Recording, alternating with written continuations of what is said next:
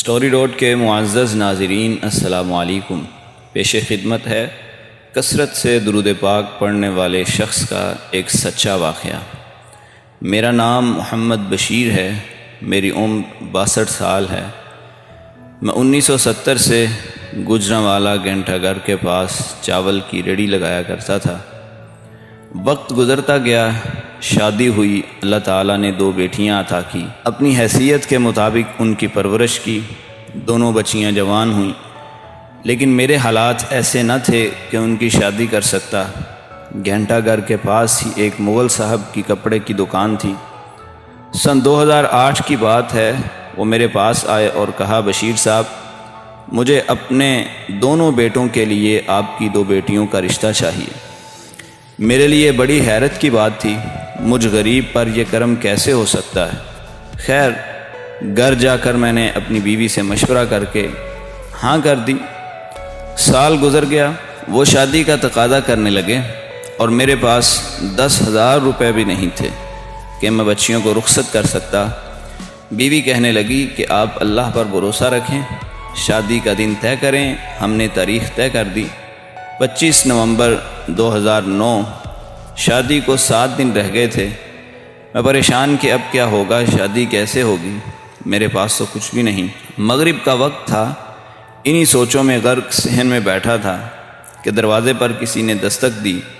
میں اٹھ کر باہر گیا، دروازہ کھولا، سامنے ایک باریش نوجوان کھڑا تھا جسے آج سے پہلے میں نے کبھی نہیں دیکھا تھا۔ میں نے پوچھا، آپ کون؟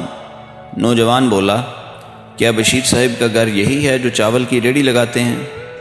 میں نے کہا، جی ہاں، میں ہی بشیر ہوں۔ نوجوان کہنے لگا، کیا ہم اندر بیٹھ کر تھوڑی دیر بات کر سکتے ہیں؟ میں اسے گھر کے صحن میں لے آیا اور سوالیہ نظروں سے اس کی طرف دیکھنے لگا۔ اس کی آنکھوں سے آنسو بہنے لگے۔ بولا کہ میں کراچی سے آیا ہوں اور 2 دن سے آپ کو تلاش کر رہا ہوں، مجھے بتائیں آپ ایسا کیا عمل کرتے ہیں کہ مجھے وہاں مدینہ سے حکم ملتا ہے کہ گجرانوالہ جاؤ اور ہمارے غلام کی مدد کرو، اس کی بیٹیوں کی شادی ہے۔ یہ سن کر میری دھاڑ نکل گئی، میں دھاڑیں مار مار کر رونے لگا۔ عرض کی، بیٹا، میں تو بہت گنہگار ہوں۔ ہاں، پچھلے 45 سال سے میری زندگی کا یہ معمول ہے کہ میں بلا ناگہ سرکار دو عالم صلی اللہ علیہ وسلم کی بارگاہ میں درود و سلام پڑھا کرتا ہوں۔